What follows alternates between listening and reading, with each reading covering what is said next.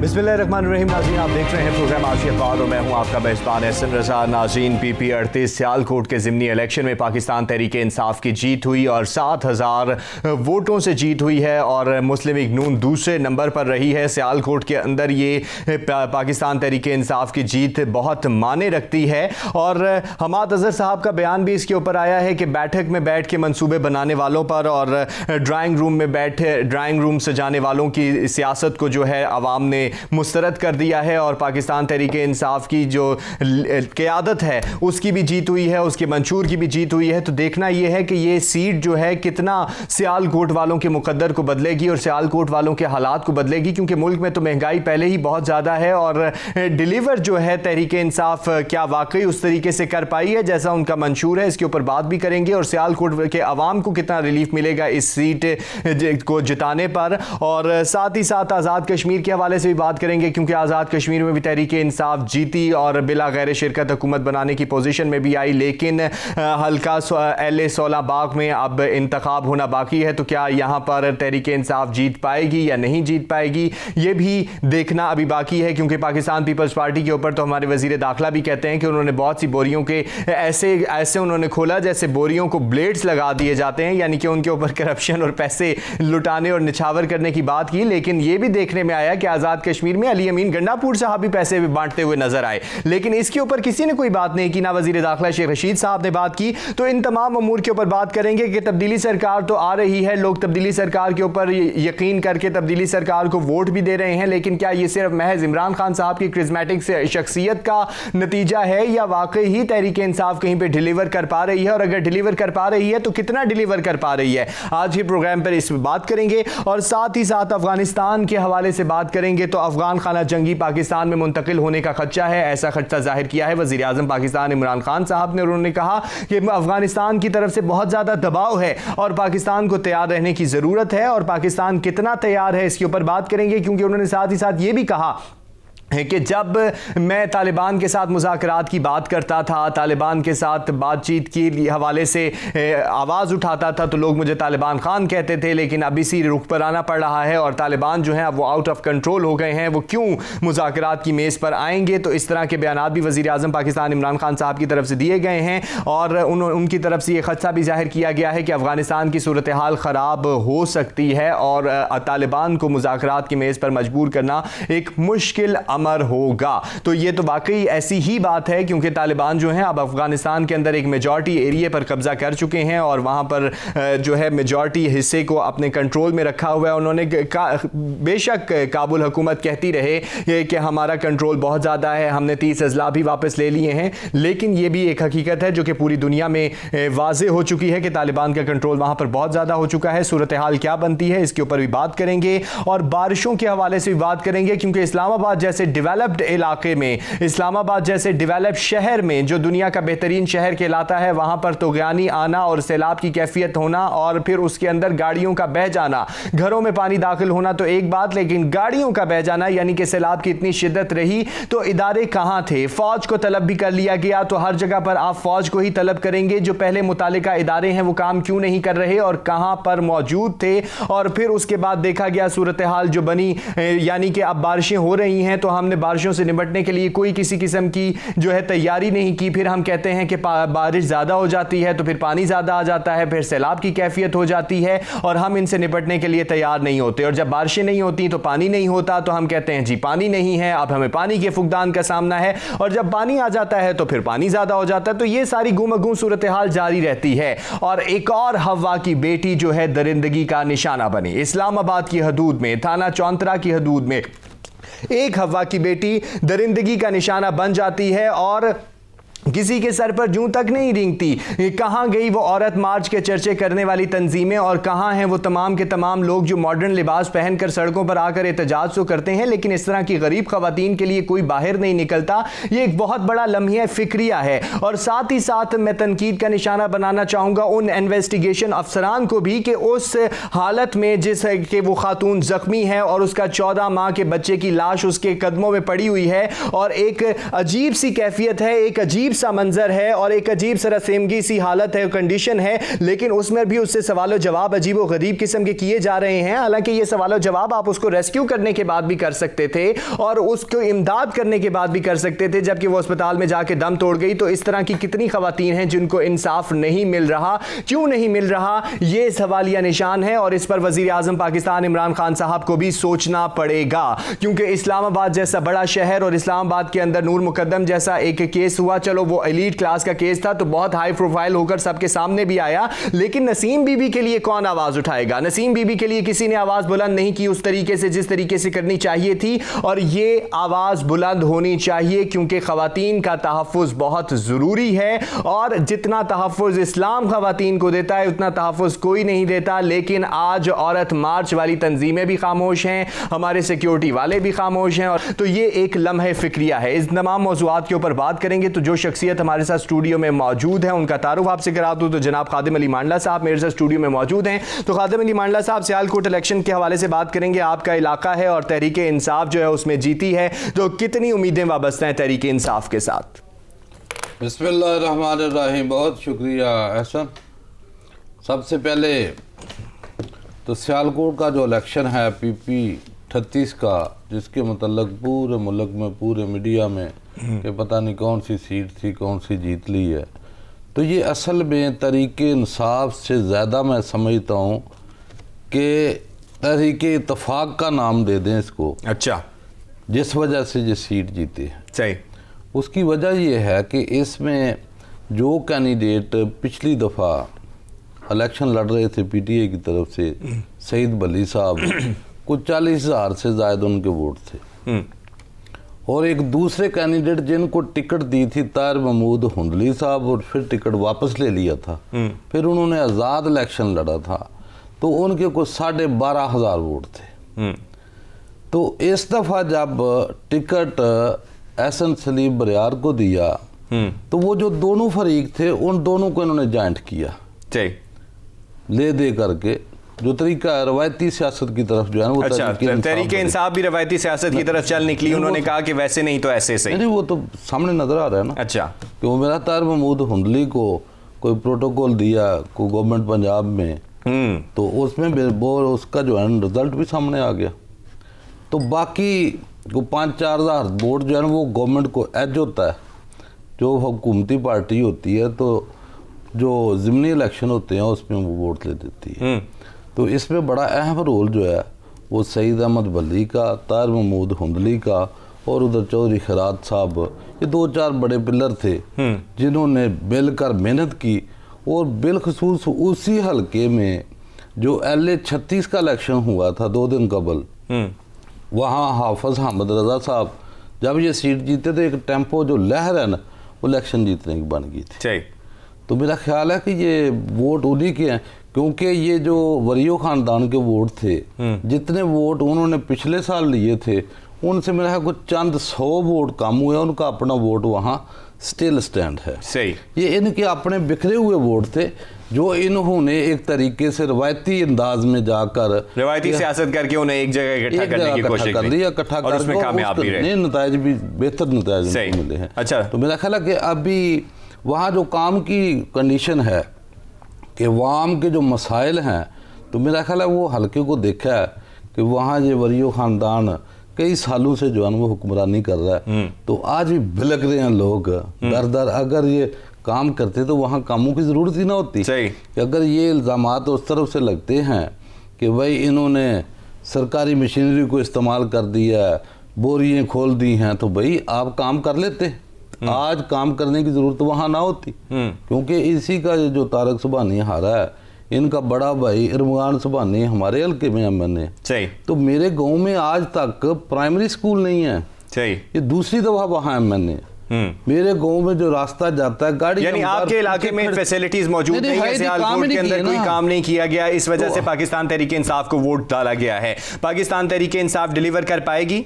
नहीं, तहरीक इंसाफ ने डिलीवर क्या करना है, डिलीवर करने की तो कैपेसिटी नहीं है। अच्छा, डिलीवर करने की कैपेसिटी नहीं है? नहीं कर ही नहीं सकते ना। लेकिन ये जो आदमी अभी आए हैं ये कारोबारी लोग हैं। अच्छा, एहसन सलीम साहब, एहसन सलीम साहब, इनका एक जो है ट्रैक रिकॉर्ड है कि ये शायद डिलीवर कर पाए। दूसरा, वज़ीर आला हाउस में जो ताहिर खुर्शीद साहब बैठे हुए हैं, जो खास अल खास समझो कि वज़ीर आला के सेक्रेटरी हैं, तो उनका इनके ऊपर शीरवार है। तो हल्के को मेरा ख्याल उम्मीदें तो बहुत हैं कि शायद जो है ना इनका अंदर हाथ है तो वो हल्के के लिए कुछ कर पाए। तो हमारी भी यही दुआ है कि काम होना चाहिए हल्के का, कोई भी जीते। सही, यानी काम होना चाहिए, कोई भी जीते। लेकिन ये एक बुनियादी सवाल है। लेकिन अगर देखा जाए तो मुल्क में महंगाई भी बहुत ज्यादा रही, तहरीके इंसाफ उस तरीके से डिलीवर नहीं कर पाई, और आप कहते हैं कि वो डिलीवर कर ही नहीं कर सकते ना। देखो महंगाई का जो आंसर है वो उसका एक ही फार्मूला है कि अगर महंगाई को कम करना है तो जो महंगाई करके गए हैं, अच्छा, जिन चोरों डाकुं लटेरों की वजह से महंगाई है वो तो आजाद है। सारी महंगाई वो तो नहीं करके गए ना मांडला साहब। अच्छा, सब कुछ वही करके गए, 8 अरब का मुल्क को लूट के सब कुछ करके वही चले गए। बात तो सुने ना, 8.5 अरब यौमिया ब्याज दे रहे हो, सूद दे रहे हो, वो किसकी वजह से है? जब आपका मुल्क रोजाना इतना ब्याज देगा तो फिर भी करप्शन कम नहीं हो रही। अगर उनको लटकाया होता, उनको जेलों में बंद किया होता तो आइंदा आपकी करप्शन भी बंद होती, आपकी चोरी भी बंद होती और महंगाई के ऊपर भी कंट्रोल होता। उस तरफ तो कोई अदारा बढ़ता नहीं है। तो महंगाई को बातों से तो हल नहीं होगी ना कि 8.5 अरब यौमिया अभी जो बजट बना आपका, तो आधा बजट आपका खसारे का 8,487 अरब का बजट है, तो आपकी आमदन कितनी है? 4,000 अरब भी नहीं। तो बाकी कहां से लेना है? अच्छा। बाकी कशकोल उठा के, खैरात मांग के, अच्छा, भीख मांग कर, IMF से, वर्ल्ड बैंक से कहां जाकर कशकोल लेके फिरेंगे?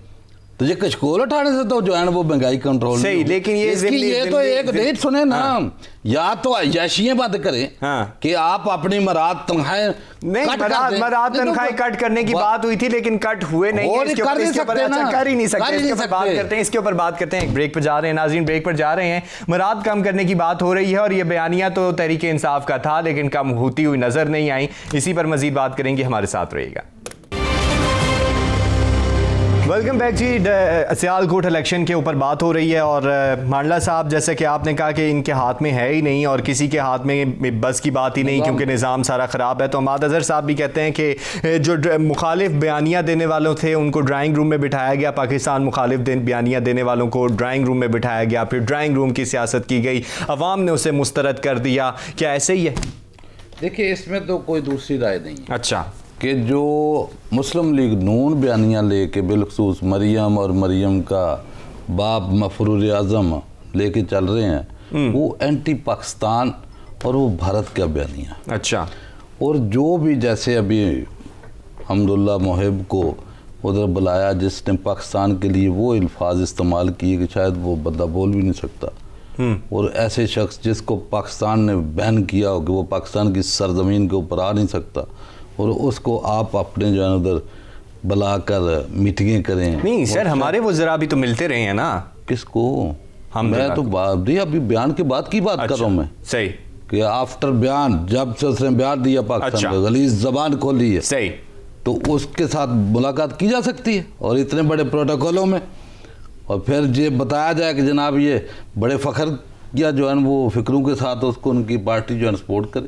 तो ये कोई आज की बात तो नहीं है कि जब भारत में जाते हैं तो भारत में खड़े होकर कहते हैं कि ये एक फर्जी लाइन है, हम भी जो है ना उसी खुदा को पूजते हैं जिसे तुम पूजते हो, तुम भी आलू गोश्त खाते हो, हम भी आलू गोश्त खाते हैं। उनका तो वो बयानी कोई और है। सही।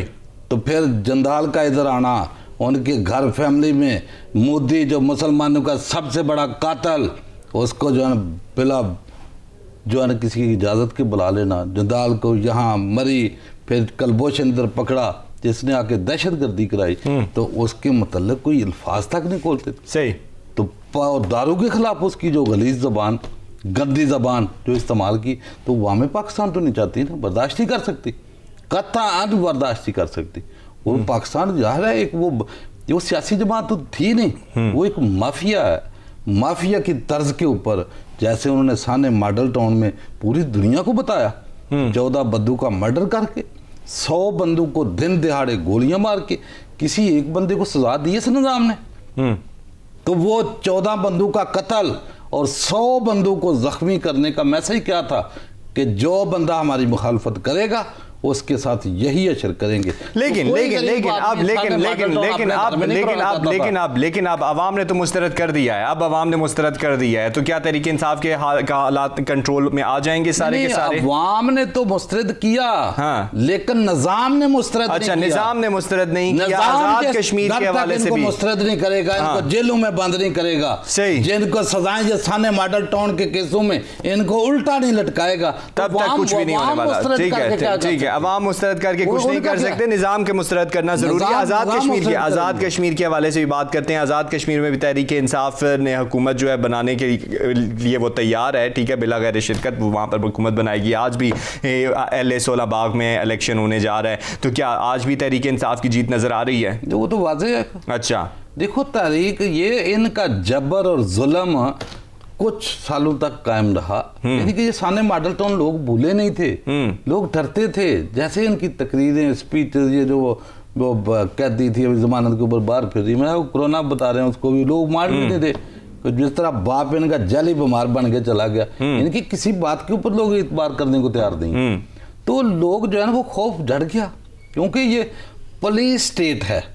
अच्छा, याद रखना कि ये पुलिस के ऊपर इनकी हुक्मरानी थी, निजाम था, बोले गरीबों के ऊपर पर्चे कटा दो, उनको अंदर करा, ये इनकी सियासत ही कोई नहीं। ये हमारे हल्कों में जाओ, MNA MP कोई काम नहीं, सही, कोई कुछ नहीं, कोई कारकर्दगी नहीं, बस 2-4 मस्टंडे हर गाँव में छोड़े हुए हैं। अच्छा। वो लोगों की पिटाई भी करते थे और थानों में उनको प्रोटोकॉल भी मिल जाता था, और गरीबों से जो है धूम दस्त के साथ जो है वो वोट लाते थे।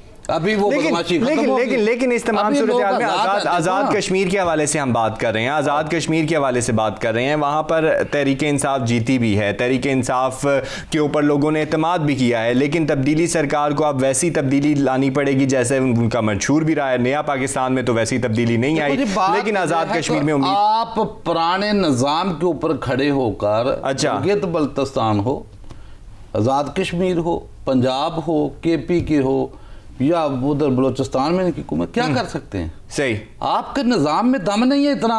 अच्छा, करप्ट निज़ाम है, ये चोरों, डाकुन, लटेरों और कातलों को नहीं, चोरों, डाकुन, लटेरों, कातलों का निज़ाम है, ठीक है, निज़ाम की तब्दीली की बात हो रही है। कौन सा निज़ाम? अच्छा, अभी आज़ाद कश्मीर में गया तो यहाँ भी सारे बड़े बड़े ATM मिले। हाँ। ये PP 38 का जो इलेक्शन था, हाँ। तो ये भी अभी देखो ना, उस हल्के का तो कैंडिडेट नहीं मिला ना। सही, इन्होंने दूसरे हल्के से लाकर कि भाई वो बिजनेसमैन बड़ा है, सरमायादार बड़ा है, उसको ले आओ।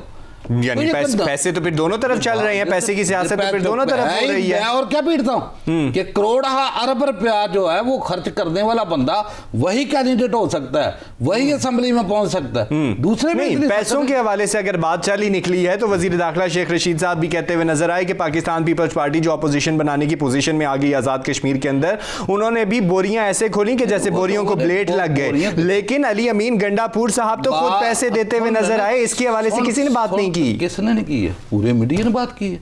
नहीं, मैं हुकूमती वज़रा की बात कर रहा हूं ना। हुकूमत ने क्या कर दी? हाँ, वो उन्होंने तो इस बात के ऊपर कोई बात नहीं की। बातें की हैं, लेकिन आपका निजाम बेबस है। ये यूसुफ रजा गिलानी इलेक्शन में जब ये सेनेट में आया तो उसका बेटा जो डीलिंग करा रहा था, वो देखो आप सजा नहीं दोगे। अच्छा, तो कल दूसरा है कि अली अमीन गंडापुर आ जाएगा, फिर अगला भी आ जाएगा। जब आपने किसी को पकड़ना ही नहीं, आपने बंद ही नहीं करना, इस निज़ाम में सख्त इतनी है कि वो साकिब निसार जज था सुप्रीम कोर्ट का, तो उधर कराची गया है, वो जाकर शराब पकड़ता है और दिन रात गुजरने के बाद वो शहर बन जाता है। मुझे बताओ कौन सा इंसाफ, कौन सा अदारा है इधर कि जहां आप तवक्को लगा के बैठे हैं जी वो आए? इमरान खान ने ये पकड़ना था या PTI ने पकड़ने थे? आपके निजाम में सख्त नहीं है इतनी। सर, अगर मोरालिटी होती तो मोरालिटी होती तो तहरीक इंसाफ के जो लोग हैं, ओहदेदार हैं, वो खुद उसके ऊपर एक्शन लेते। अली अमीन गंडा एक्शन कौन सा लेना? पार्टी वाले लेते। कौन सा पार्टी वाला? गिलानी के ऊपर लेते ना, उधर जो चोरी, वो तो चोर लुटेरों की जमातें हैं, वो तो नहीं लेंगी। जो इंसाफ पसंद लोग हैं वो तो लेना। ये फरिश्ते हैं, ये कहाँ के फरिश्ते? अच्छा, ये पैसे देते, सामने पकड़ा गया। अच्छा, खुदारा हरकत में आया, बात खत्म, क्योंकि ये सबको पता है। इलेक्शन कमीशन ने पाबंदी जरूर उनके ऊपर लगाई। पाबंदी का मकसद क्या? क्या पाबंदी? पाबंदी के बावजूद वहां था वो। हाँ जी, तो क्या पाबंदी क्या बताए ना? वो पाबंदी ये होती है कि पाबंद किया जाए, अंदर डाला जाए। भाई जैसे यूसुफ रजा गिलानी नहीं, हो गए, ऐसा वो कुछ भी ऐसा नहीं। तो हुआ नहीं, क्योंकि वो सारा वजीर बड़ा अमूर कश्मीर करप्ट आदमी है। है। लेकिन ये जिसको तहरीक इंसाफ की किया उसको दोबारा सेनेट में ये लाकर। तहरीक इंसाफ की क़यादत के ऊपर भी सवालिया निशान है। मैं तो उनकी बात ही नहीं कर रहा, मैं तो कह रहा हूँ वो चोर हैं, लुटेरे हैं, करप्ट हैं, वो सब कुछ हैं। अच्छा, बंदा कोई करप्ट नहीं। अच्छा, निजाम करप्ट। यही लोग देखो जब मोटरवे पे चढ़ते हैं हाँ। तो कैसे गाड़ी लाइन में चलाते हैं। अच्छा। पता फाइन होता है। अच्छा। तो जब यही इधर सड़कों पे आते हैं तो आगे 10 गाड़ियां, पीछे होटल को रफ्तार को कुछ को देते हैं, बंदूक को नीचे कुचल देते हैं। ये निजाम की कमजोरी है। बंदे बिल्कुल वैसे सीधे हैं। यही देखो, ये प्राइम मिनिस्टर भी वहां गया शायद कानाबासी, वो अमेरिका, तो उन्होंने बोला तारा इधर सारा कुछ खड़े हो जाते हैं। कैसे टैक्सी में दौड़ते हैं दाएं बाएं। ये अभी वो बिलावल गया हुआ है, कैसे बेंच में बैठा हुआ है। तो यहाँ इनके करीब जाना गरीब आदमी का महाल। सही कि ये निजाम का फेलियर है, बंदूक का फेलियर नहीं है। निजाम का फेलियर है और निजाम की तब्दीली बहुत ज़रूरी है ताकि हालात वाकई बदलें। अफगानिस्तान के हवाले से ही बात करेंगे, क्योंकि वज़ीर आज़म पाकिस्तान इमरान खान ने खदशा भी जाहिर किया अफगानिस्तान की सूरत हाल क्रिटिकल होती जा रही है। तो उन्होंने कहा कि खाना जंगी जो है वो पाकिस्तान मुंतकिल होने का खदशा है। पाकिस्तान तैयार है? देखिए जी, बात यह है कि ये तो बहुत पहले से हम कह रहे हैं कि हमें जितना अफगानिस्तान वार में पाकिस्तान का नुकसान हुआ है, 70,000 से ज़्यादा हमने चाहते नहीं है। 150 अरब डॉलर का हमारा मुआशी तौर के ऊपर नुकसान हुआ। और ये सारा कुछ जब हमने डोजियर अक़वाम मुत्तहिदा में जमा कराया तो उसमें एक एक चीज़ वाजे की कि 65-66 जो है ना वो कैंप भारत के ज़ेरे साया जो ट्रेनिंग कर रहे हैं वहाँ रा के मतहत, वो पाकिस्तान में आकर दहशतगर्दी कर रहे हैं। तो ये सारी चीज़ें शुरू से आ रही हैं। लेकिन अभी जो सूरत हाल है, इनखला के बाद जब अमेरिका ने इनखला का अपना ऐलान किया तो जब 1.5 लाख फौज उसकी वहाँ थी, तो उस वक्त अगर वो अमन चाहता तो अमन को ला सकता था, उसका कुछ सियासी हल बैठा के सारे मुल्क का कर सकता था, लेकिन किया नहीं। क्योंकि जब ये जो अशरफ गनी है, इसको क्या जरूरत थी, जब सदारती इलेक्शन लड़ा तो ना लड़ता ना। पूरे मुल्क को आपको प्लेटफार्म पे जमा करना था, सारी पार्टियों को इकट्ठा करना था, इकट्ठा करने के बाद आपने एक सियासी हल निकालना था, वो आपने निकाला नहीं। आपने अपनी सदारत के लालच में, इसीलिए तो उन्होंने बाइकाट कर दिया उसके साथ किसी भी किस्म के जो है मुज़ाकरात करने से। वो अमेरिका के साथ तो करते थे, दूसरों के साथ करते थे, इनसे नहीं करते थे। आज जब अमेरिका ने इनखला किया, तकरीबन मेरा ऑलमोस्ट मुकम्मल हो चुका है, वो 1-2% रह चुका है, तो उसके बाद जब 200 से ज़ायद इजला के ऊपर पूरी तरीके से जो है वो काबज हो चुके हैं तालिबान, तो आज अगर पाकिस्तान से कोई डिमांड करता है या चाहता है तो पाकिस्तान उनको कैसे जो है मजबूर कर सकता है। लेकिन हमें तो अपना का अगर वहाँ खाना जंगी होती है तो 2 तरीके से जो है वो पाकिस्तान को मसाइल का सामना होगा। एक तो दहशतगर्दी जो कि पहले से हम चीखों पुकार, और दूसरा अफगान मुहाजिरीन, NDS रा और इंक्लूडिंग अमेरिका जी जितने लोग हैं ये पाकिस्तान के अंदर ऑपरेशन करवाते हैं और पाकिस्तान में जितनी भी शादी हुई हैं, और दूसरा वहाँ से अगर पनाहगज़ीन आते हैं, जिस तरीके से पहले जो है ना पाकिस्तान की मईशत में नहीं, इसके लिए तो पॉलिसी साजी की जरूरत है। अगर पहले पॉलिसी नहीं बनाई गई तो अब तो पॉलिसी बनाने की अशद जरूरत है इसके। देखो बात ये है कि पॉलिसी तो बना रहे हैं, लेकिन आपकी मईशत में दम कितना है क्या आप लें किसी को दे दे। देखो ना, मईशत आपकी इतनी कमज़ोर है कि जिसके मतलब मैं बार बार कहता हूँ कि सारी प्लानिंग, सारे मनसूबे, सारी खुशहालियाँ एक मईशत के साथ जुड़ी हुई हैं। लेकिन इस तमाम सूरत हाल में जो भारत किरदार अदा कर रहा है, वहाँ पर मनफी भारत का किरदार हमेशा से रहा है, और पाकिस्तान के मुखालिफ तो वो कोई मौका जाने ही नहीं देता। अभी भी हमारी तरफ से ये मुकम्मल तौर पर कहा गया है कि अफगान आमन अमल में हम भारत को हरगिज़ कबूल नहीं करेंगे। देखो बात यह है कि भारत तो अमन चाहता ही नहीं है। जब चाहता नहीं है, उसकी कोई बॉर्डर उसके साथ नहीं है, ये खामखा वहां टांग उड़ाकर, क्योंकि अभी तो इनको अपनी मौत नजर आ रही है। शरारतें तो कर रहा था, शुरू से कर रहा था, इसकी तो ख्वाहिश थी, बार बार इसने अमेरिका को मजबूर किया कि अभी भी अमेरिका जो है वो उसको फोर्स कर रहा है, और अफगानिस्तान जो है ना वो भी उनसे मदद तलब कर रहे हैं कि आप अपनी फौज भेजें। फौज उसकी में इतनी कैपेसिटी नहीं है, लड़ने की ताकत नहीं है, वो सिर्फ साजिशें कर सकते हैं, सिर्फ साजिशें करते हैं। फौज वो अपनी भेजते कहीं भी नहीं है, सिर्फ डिप्लोमेसी करते हैं वहां पर और तमाम सूरत हाल है। लेकिन हम भी हम वक्त जो है तैयार हैं भारत की साजिशों भी निपटने के लिए, और अफगानिस्तान की जो सूरत हाल है उससे को भी हम देख रहे हैं। पाकिस्तान मुकम्मल तौर पर तैयार है और तैयारी होनी भी चाहिए। बात करेंगे इस्लामाबाद की। इस्लामाबाद जो है हमारा वफाकी दारुल हुकूमत, कल बारिशों का सैलाब आपने वहां पर देखा, बारिशों की वजह से जो सैलाब आया हमारे कैपिटल के अंदर, एक डेवलप शहर के अंदर जहां पर बारिश हुई और इतना सैलाब आया कि गाड़ियां तक बह गई। क्या सूरत हाल है? इंतजामिया कहां ख्वाब गफलत के मजे लूट रही है, और वो बाद में जब इस तरह की सूरत हाल आती है तो हमेशा की तरह हमारी फौज को तलब कर लिया जाता है। देखिए बदबख्ती ये है कि हमारे मुल्क में कोई भी अदारा, सिर्फ एक फौज जिसका नाम लेते हैं हर जगह जो है उनको आना पड़ता है।